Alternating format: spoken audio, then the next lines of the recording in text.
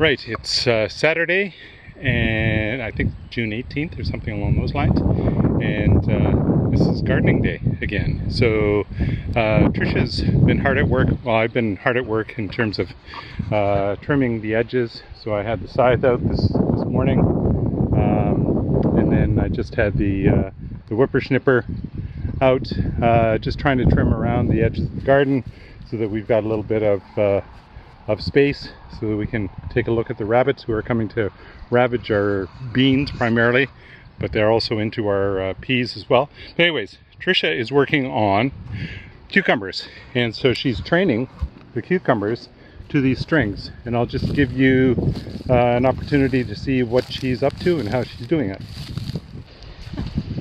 Keeping the cucumbers off the ground will help with pest control, mold issues, different things that you have like that when they're on the ground. So these are going to grow up these lines here. So what I did is I took tomato twine and I kind of, well, this one I braided. This was the first one and it took so long. So what I basically did is I kind of put a knot every so often with 3 strands. So so it's nice and strong. Now we had these Stakes. tent stakes, whatever. We've used them in a variety of places, but I'm using them so they have a really neat hole there too. So I can put the string in somehow, knot it there, and then what I'm doing is, so by the stem, somewhat by the stem, I'm hammering it way down, and then I'm taking that here on my, so I made these kind of too long, but I'm basically trying to tie them somewhat tight.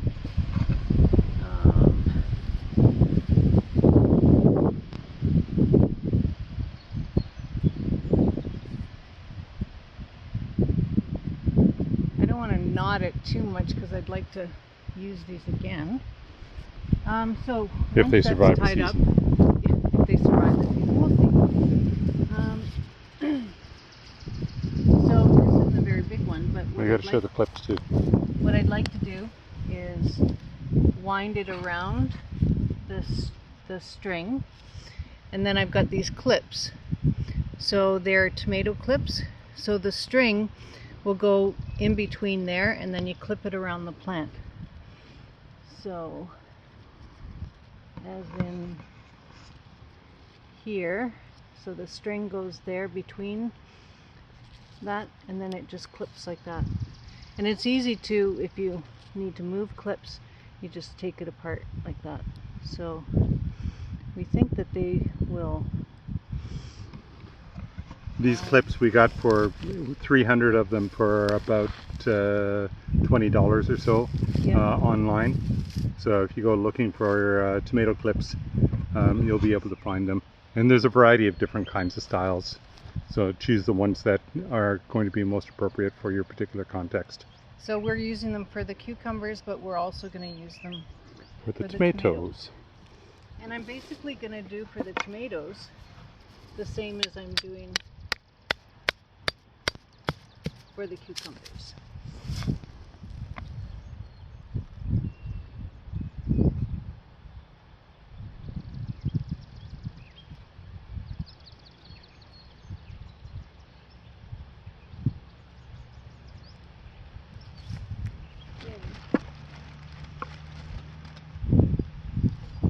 This is a longer one, so you can see. I'm going to wound. Maybe it gets 2 clips? No, I think not this ready is yet. Still okay, because I'm winding it too, so then it is actually getting a little bit of support from the string as well.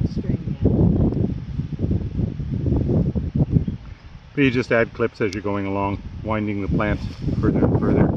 So that's all of our cucumbers that are So all of the cucumbers have been completed at this point in time. As you can see that they have started to really take off. They had a little bit of trouble to begin with yellowing of the leaves and that kind of stuff, but that is all gone. Bounced back. Yeah, they love the rain, I guess. Here you can see that the carrots that we transplanted from under the lights at the beginning have really started to take off as well. We're starting to do some weeding as well, as the good old lamb's quarters tends to like to get into open soil wherever that occurs.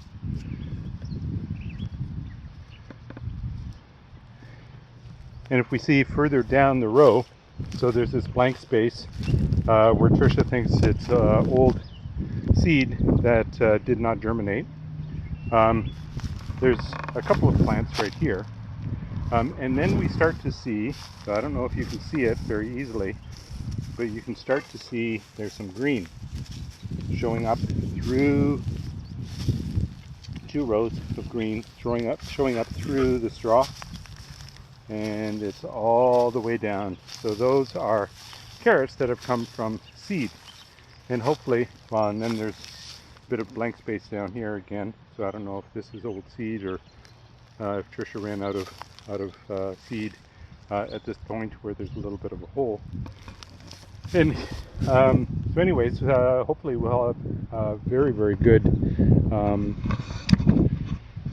set of seeds, carrots later on in the season. They're long term, so you have to wait for them to grow. Here you can see the effects of rabbits. So they've been taking their toll on the peas, and they seem to really, really like the Swiss chard that is here. So anywhere you see red is the stem of Swiss chard plant. It's not going to kill it, but it certainly will retard and decrease the amount of Swiss chard we'll be able to harvest. I was in here a little bit earlier in the week, and these are radishes, and these are a nice size for a radish. We'll let them grow a little bit larger as well, but as soon as they get too large, they start to get quite woody, fibrous, and they're still good to eat, but you have to chew quite a bit to get them to be digested. I'll also show you that the beans have seen the effects of rabbits as well. So some of these have been eaten off, and the beans have started to regrow as well. But they're certainly not as big as the ones that are further down here. And you can see that rabbits have come in a variety of places. So here are the purple beans, and they've been eating on those as well. And there, and up here. So we may end up doing some replanting of beans as well. I haven't quite gotten to that point yet, but so I think I'm going to switch over to the other camera and give you a time lapse of how we're finishing off the tomatoes now that I'm coming to. I'm not going to finish them off. Well, I've come to work with you. I know, but I don't have enough string that I've tied up. I've kind of dropped the ball on that one, doing that at night. So I'm only doing the big ones right now, but so I'll only be able to do the first one. Okay. But we can plant some pumpkins. So the third row is that third 2/3 row, the middle one here, still has nothing in it. This is the one that we put compost on, and so we're going to put pumpkins and leek in here. Tricia picked up some leek seeds, and we have some pumpkin from our daughter-in-law. Anyway, so I think I'll still switch over to the other camera and give you some time lapse about these kinds of things. Anyways, talk to you soon.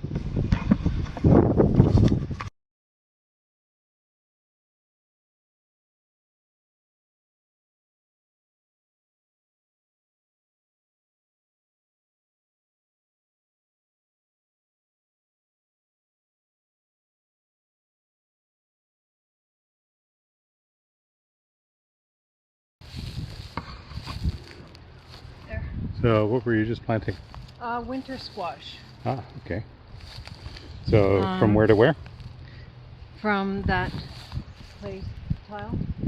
Look here, I ran out of seed. And right there is leek. So that's the leaky spot? And in front of that is sugar pie pumpkin. And these are already in here? What? These are already in here? Yep. Sugar pie pumpkin? So we should be seeing pumpkins coming up here. And we noticed there's some basils coming up. Leaf here. really, really hard to see, so I don't know if it's going to show up. Yeah. And then you can see this yeah. is a sunflower, or maybe a squash of some kind. They are butternut squashes. Actually, those are sunflowers. Butternut squashes are on the hill. They're like that. So the sunflowers you see have really, really large seeds, probably. And they're pretty distinctive. Yeah. So these are the squash. Those are the squash, yes. And these are the sunflowers. So not all the hills have come through. Here's the squash coming through. Yep. And this one's got one. Nothing here, nothing here. Sunflower. Here's the squash coming through.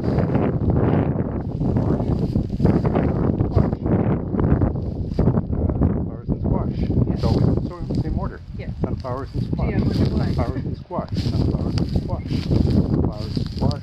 And sunflowers and squash. Just for a little variety. We can cover these now with straw. Right. This whole row. We should pick the garlic scapes. Right, okay, yeah. And Well, why don't you bring the camera and train it on me for a little bit as I'm burning the tomatoes, because I'm only 2/3 of the way down. okay. We can probably do a training session on composting toilets at some point too. Yeah.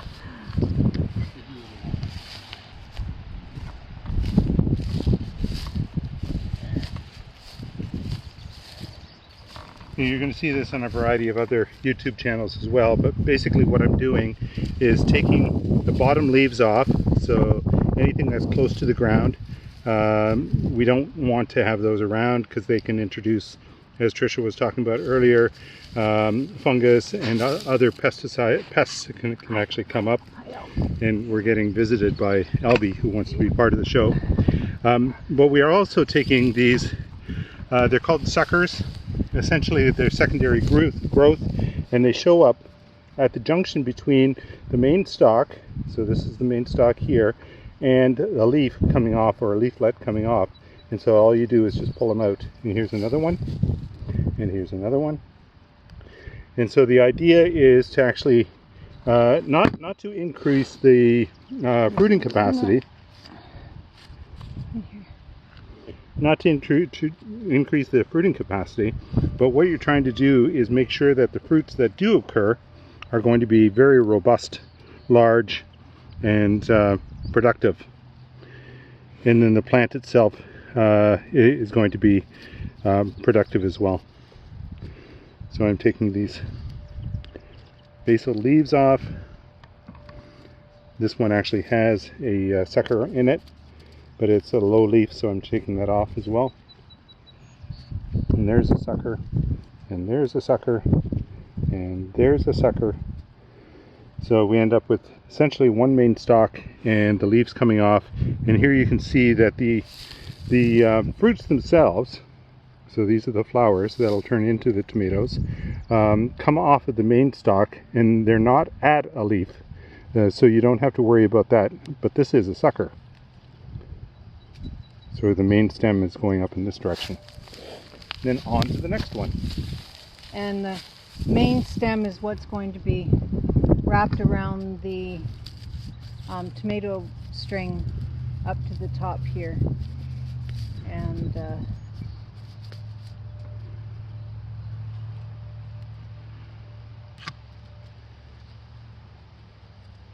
supported. Yeah, being supported. Now I did this actually last week already. There's the main stalk, so this one's a sucker. but they're growing back very, very quickly, so you have to do it on a regular basis. You can't just leave the tomatoes, do it once, and assume that it's going to be good to go for the rest of the season. They're tenacious plants. They want to grow as they want to grow.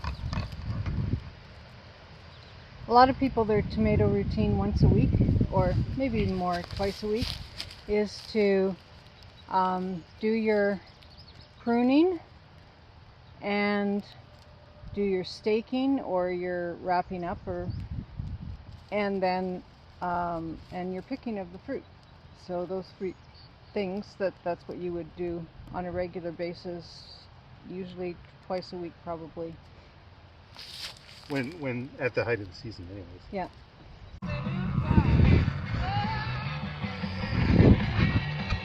Not really. Yeah, they're not big enough, huh? Well, it might. Could be. Okay. Nice and tight though, huh? Yeah, we'll be tight. So Tricia has been working on protecting the kale and cabbages, and so what she's come up with is this kind of structure, and what she's done is just taken a piece of hose and connected to a piece of bamboo that's been stuck into the ground on this side, and the same thing on the other side. And then we'll drape some bug cloth. Bug cloth. So the sun can get through, water can get through, but the bugs can't. Right. So. And a mini greenhouse. hopefully we'll be able to protect the plant. There's not too much evidence of it yet, but every once in a while you'll see a hole like this.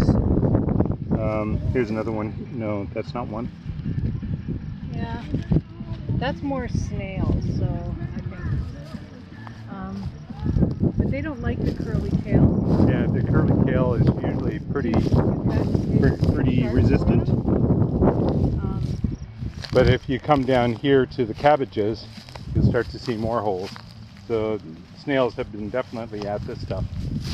You can see quite a few holes. But pretty soon the cabbage butterflies will be out,